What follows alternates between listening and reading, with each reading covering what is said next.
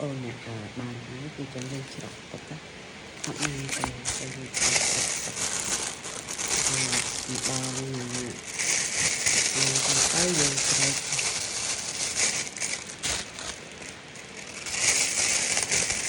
យើងញ៉ាំប៉ុណ្ណាយើងច្រកប៉ុណ្ណានេះ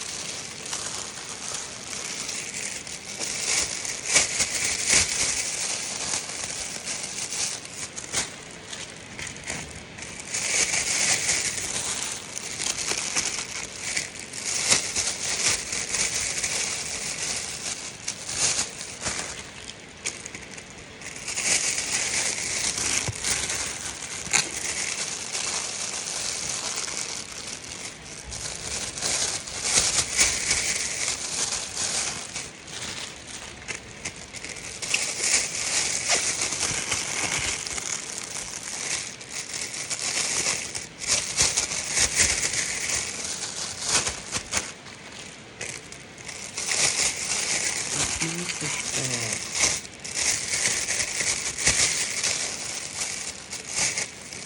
មកបាន5ទឹកអានទៅមើលទៅចាប់បងប្អូនចឹងទុកទីទៅ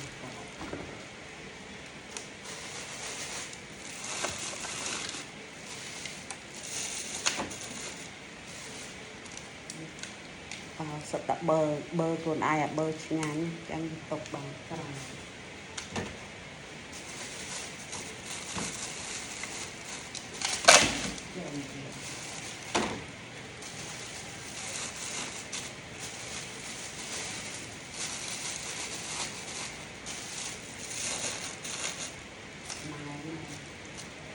ណែទូវាបងប្អូនណែហើយនេះបើត្រែមបើខ្លួនឯងបើខ្ទិះខាងក្រោមនេះសាច់